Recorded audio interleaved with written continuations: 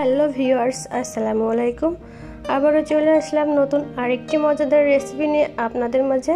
আজকে আমি নিয়ে চলে এসেছি আমের মিল্কশেক বানাবো।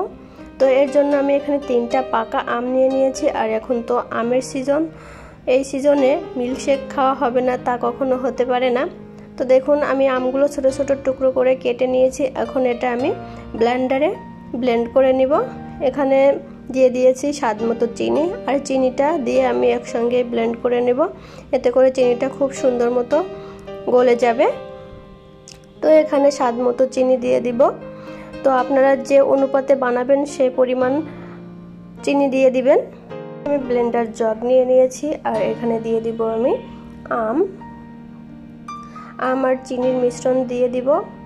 আমার ভিডিওটি যদি আপনাদের কাছে ভালো লেগে থাকে অবশ্যই আমার চ্যানেলটি সাবস্ক্রাইব করে দিবেন এবং পাশে থাকে বেল আইকনটি প্রেস করে অল অপশন ক্লিক করে দিবেন। এতে করে আমি যখনই কোনো নতুন ভিডিও আপলোড করব সঙ্গে সঙ্গে কিন্তু নোটিফিকেশন পেয়ে যাবেন।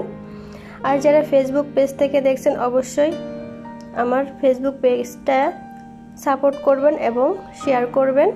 তো এখানে দেখুন আমটা ব্লেন্ড করা হয়ে গিয়েছে। এখন দিয়ে দিব আমি দুধ। এখানে আমি হাফ লিটার ঘন দুধ দিয়ে দিয়েছি।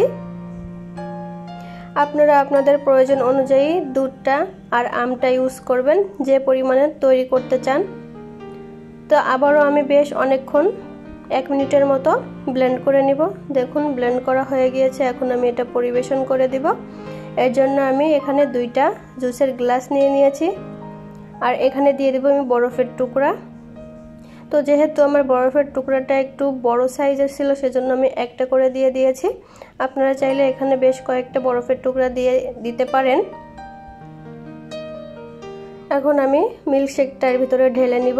দেখুন কতটা সুন্দর হয়েছে আর কতটা ঘন স্মুথ হয়েছে।